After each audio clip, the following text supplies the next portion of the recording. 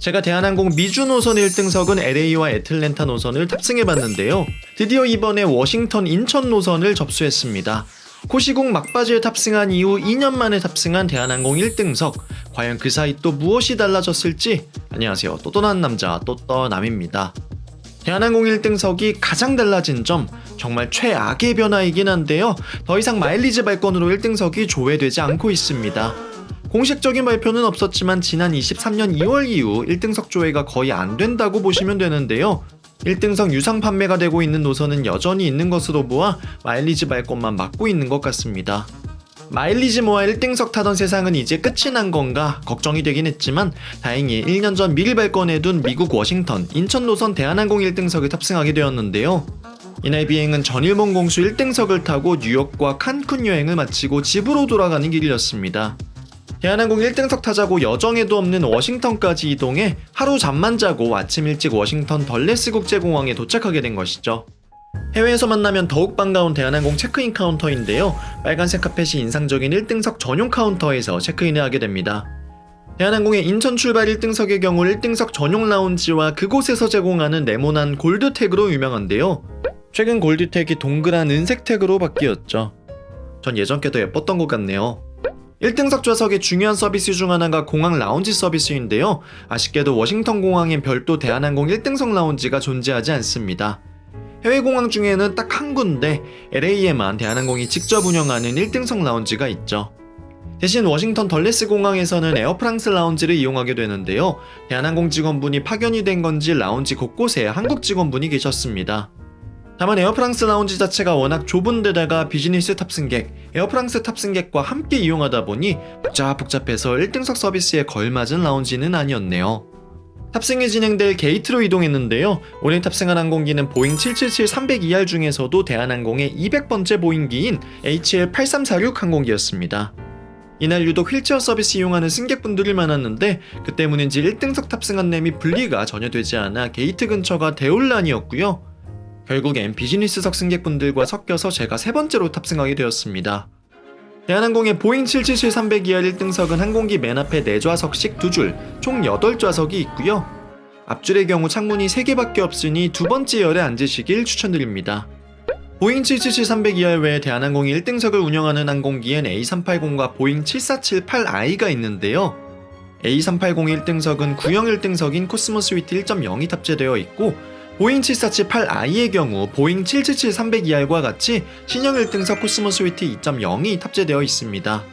다만 복도에 좌석이 없고 양쪽 창가에만 좌석이 있다는 특징이 있고요.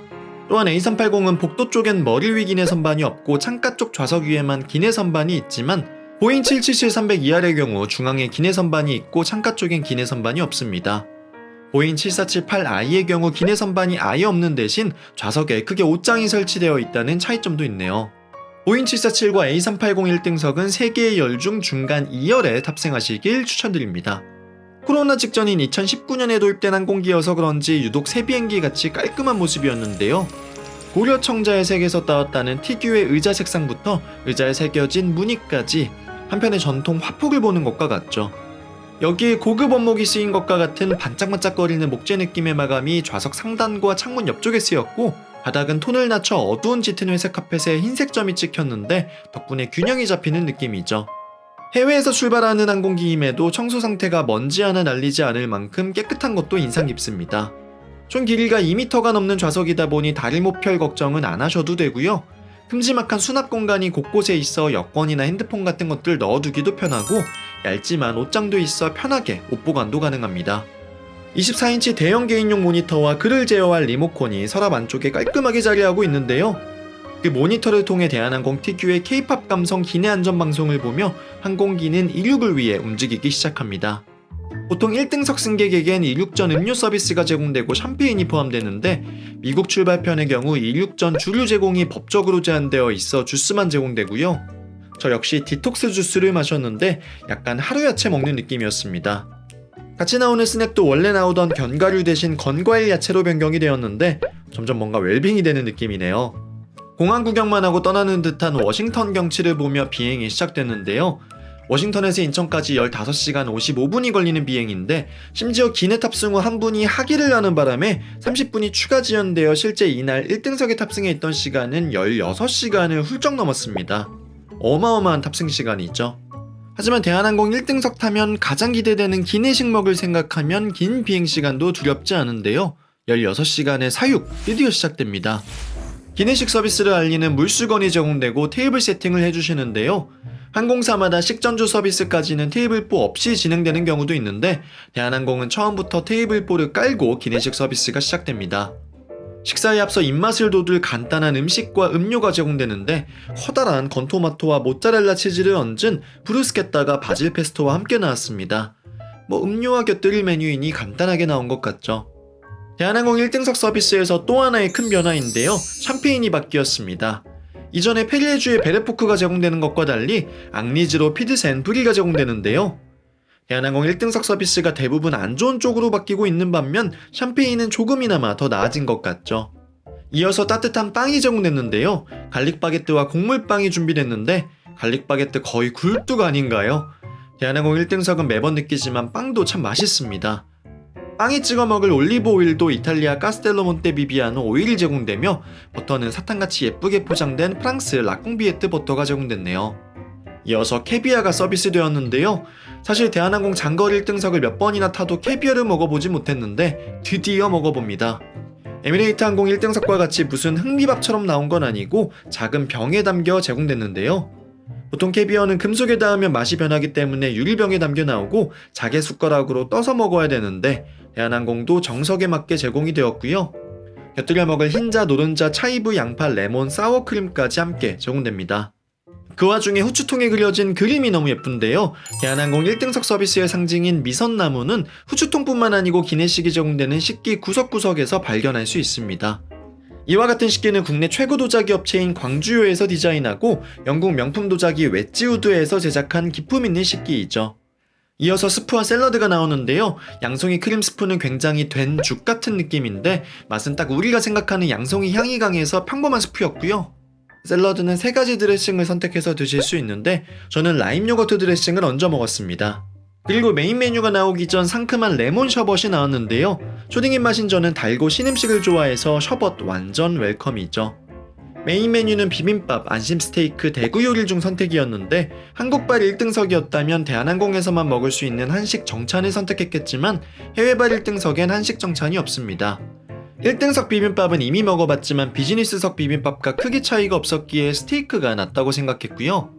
로즈마리 브랜디 소스에 안심 스테이크가 나왔는데 감자, 아스파라거스, 토마토가 가니쉬로 함께 나왔고 별도로 고기 찍어 먹을 홀그레인 머스타드 소스와 소금도 함께 제공됐습니다. 1등석 스테이크의 특권, 굽기 정도를 선택할 수 있다는 건데요.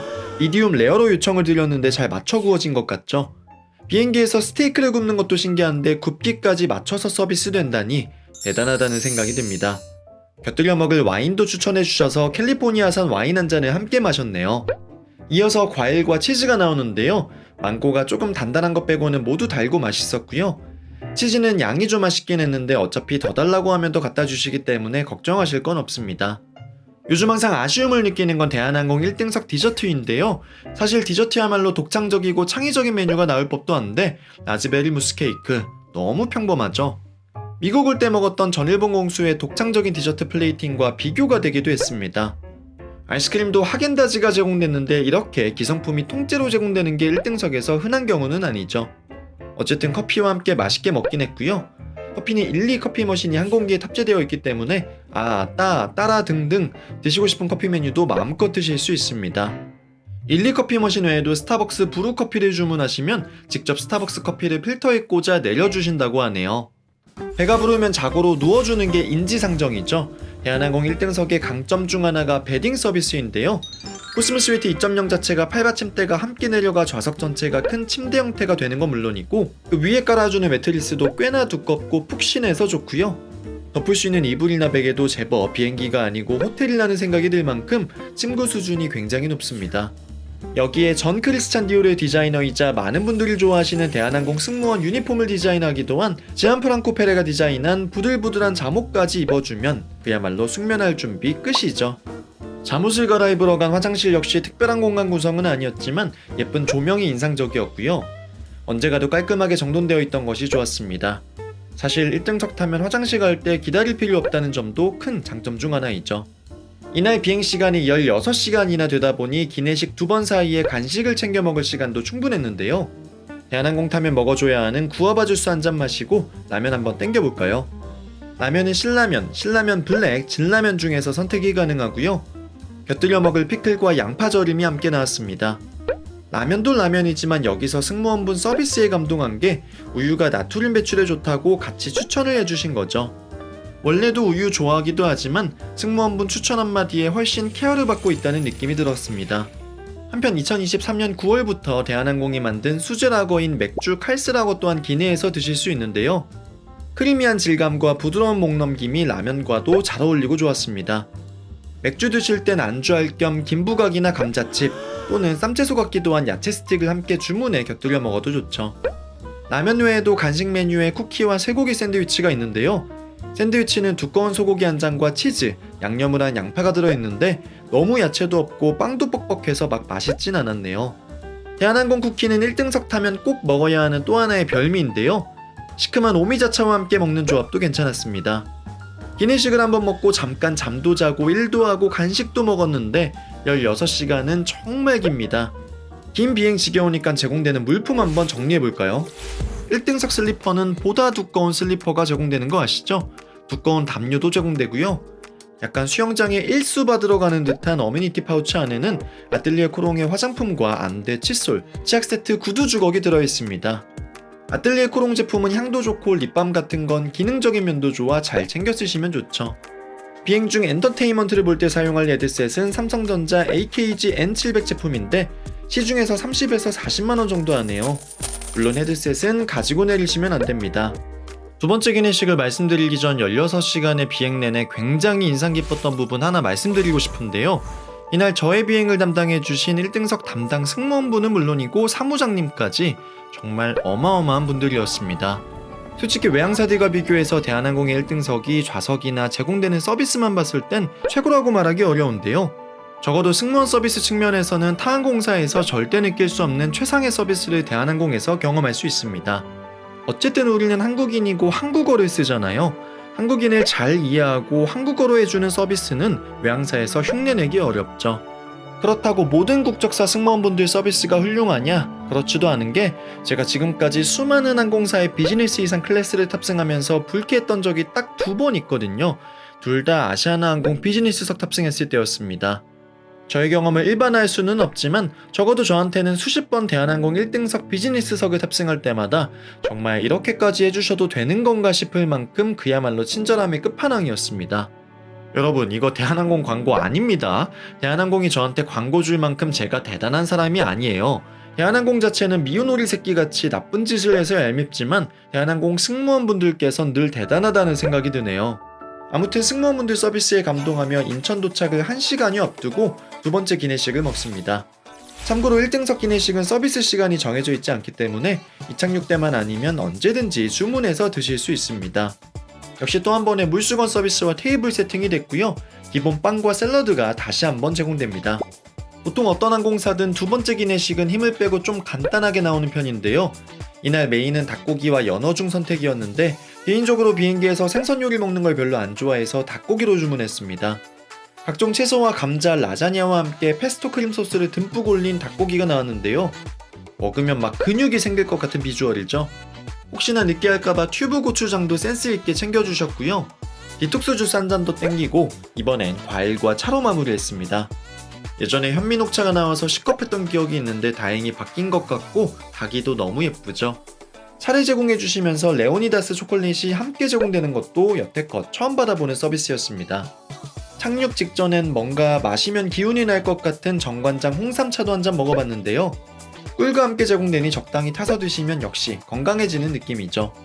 15시간이 넘는 비행이 드디어 이제 끝이 나고 있습니다. 지금 이제 착륙 직전인데요. 15시간이 넘는 시간이 너무 빨리 가서 사실 이 정도가 딱 적당한 것 같아요. 적당히 소화시키면서 여기서 이제 제공되는 음식도 다 먹으려면 한 15시간은 타야 되는 것 같습니다.